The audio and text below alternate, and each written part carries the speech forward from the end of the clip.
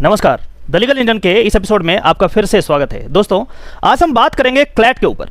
Normally मैं CLAT के ऊपर वीडियोस नहीं बनाता हूं, लेकिन आज एक ऐसा विषय है जिसमें वीडियो मुझे बनाना पड़ गया है। आज हम बात करेंगे कि किस तरीके से क्लैट दादागिरी करके बच्चों से 50,000 रुपए का एक हेफ्टी अमाउंट कलेक्ट कर रहा है, और किस नाम पे? काउंसलिंग के नाम पे। आज हम उसकी बात करेंगे।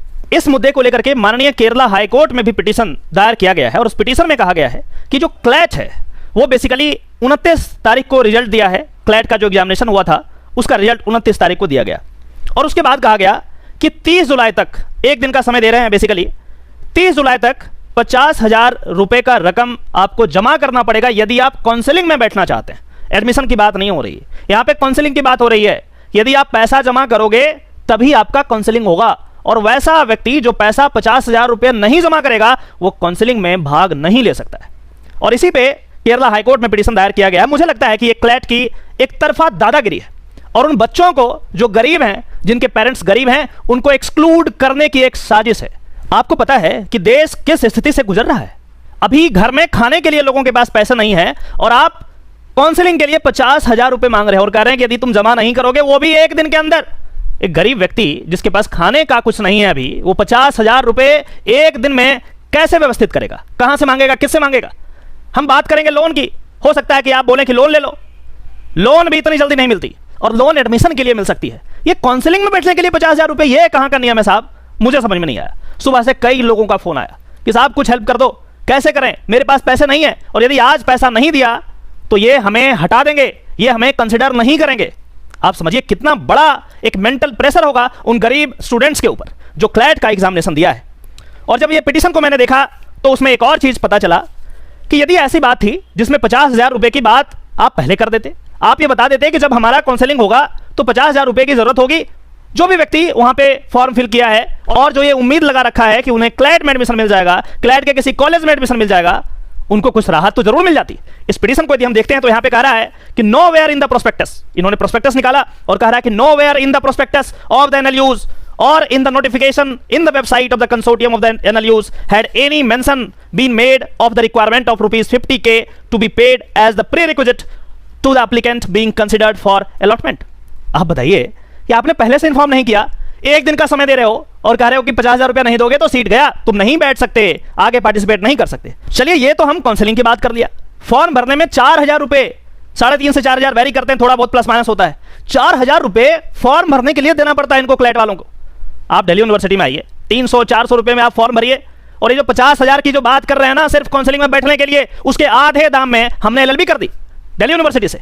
आप समझिए कि आखिर किस तरीके से गरीब व्यक्ति कहां पढ़ेंगे। क्या गरीबों को एनएलयूज में पढ़ने का कोई अधिकार नहीं है? और यदि है तो आप इस जानबूझ करके प्रोसीजरल चीजों को ला करके क्यों उनके अधिकार को आप हनन करना चाहते हैं? चलिए, अब ये भी देखते हैं कि आखिर ऐसे निर्णय लेते कौन है। कई बार हम कहते हैं ना कि भाई ये तो ऊपर का आदेश है, ऊपरी आदेश है। देखते हैं कौन लेता है निर्णय। आपको जान करके तजुब होगा कि जो हमारे क्लैट कंसोर्टियम में मेंबर्स हैं, बेसिकली बहुत विद्वान व्यक्ति हैं, मैं उनको हाथ जोड़ करके प्रणाम करता हूं।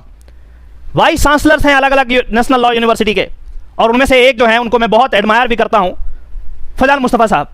उनका अपना यूट्यूब का चैनल भी है, आप जाकर के उनको यूट्यूब चैनल को जरूर फॉलो करें, बहुत कुछ सीख जाओगे आप। लेकिन मुझे इस बात को कहते हुए बहुत दुख हो रहा है फैजान मुस्तफ़ा साहब कि आपने भी गरीबों के बातों को सही से रिप्रेजेंट शायद नहीं किया होगा।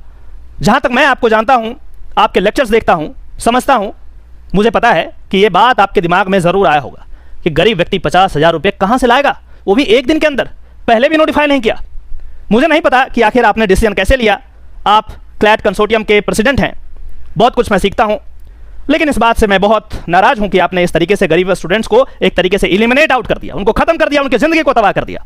बहुत दुख है ये कहते हुए। जब भी इस तरीके की चीजें होती है तो हम सिस्टम की बात करते हैं। सिस्टम क्या है? ये सिस्टम कहीं आसमान से नहीं गिरता, ये हमारे और आपके जैसे लोगों से ही बनता है। और हम में से वैसे लोग जो वहां पहुंच जाते हैं, वो यदि गरीबों के बारे में नहीं सोचेंगे, और वो भी आप लॉ के इतने बड़े ज्ञाता हैं, सारे लीगल एक्सपर्ट हैं, और वो यदि ऐसा करेंगे तो मुझे डाउट है कि और बाकी सारे डिपार्टमेंट वाले क्या करेंगे, वो तो वही जाने। बड़ा दुख है, ऐसा चीज़ नहीं होना चाहिए। सुबह से कई फोन आ चुके हैं कि सर कैसे होगा। अब आपका आर्गुमेंट हो सकता है, क्लैट कंसोर्टियम का ये आर्गुमेंट हो सकता है कि आपको परेशानी है, आपको चले जाइए। बहुत अच्छी बात, टेक्निकल बहुत अच्छा लगता है सुनने में।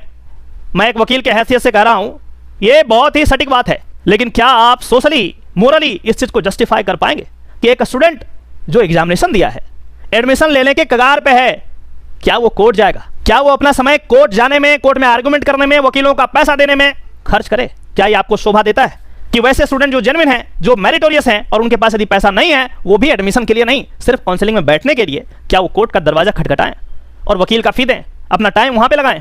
आप समझिए कितनी मेंटल टॉर्चर आपने स्टूडेंट को किया है अपने इस डिसीजन से। जाहिर सी बात है, कोर्ट का काम होता है एडजुडिकेशन करना, न्याय देना। हम आप न्याय नहीं दे सकते, लेकिन हम कोर्ट को जरूर असिस्ट कर सकते हैं इस तरीके के डिसीजन लेकर के, जहां पे क्लियर कट एलिमिनेट आउट आप करना चाहते हैं। ये डिसीजन ठीक नहीं है, इस पे जरूर कुछ ना कुछ सुधार करना चाहिए। मैं हाथ जोड़ करके माननीय फैजान मुस्तफा साहब से आग्रह करूंगा कि वैसे बच्चे जिनके पास पैसे नहीं हैं और वो नहीं बैठ पा रहे हैं, उनको जरूर कुछ ना कुछ उनका अल्टरनेटिव आप कुछ ना कुछ जुगाड़ करें, क्योंकि इस तरीके से यदि इन्हें एलिमिनेट आउट कर देंगे तो ये मेरिटोरियस हैं, मेरिट है इनके पास, लेकिन पैसे नहीं होने के कारण ये एडमिशन नहीं ले पाएंगे। कम से कम आपके काउंसलिंग में भी बैठ नहीं पाएंगे, एडमिशन लेना तो दूर बात है। और इनको लोन इतनी जल्दी एक दिन में नहीं मिलने वाली, पहले से इन्फॉर्म कर देते।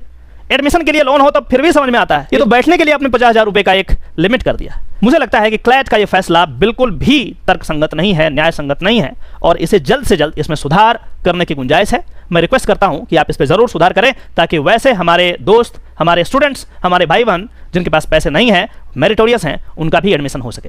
आशा करता हूं कि इस वीडियो के माध्यम से आपको जरूर कुछ ना कुछ नया सीखने को मिला होगा। यदि ऐसा है तो आप इस चैनल को सब्सक्राइब करें और इसके कंटेंट को वाइडली शेयर करें, ताकि हर व्यक्ति लीगल जानकारी को ढंग से समझ सके। चलिए फिर से मिलते हैं किसी और टॉपिक में, तब तक के लिए नमस्कार।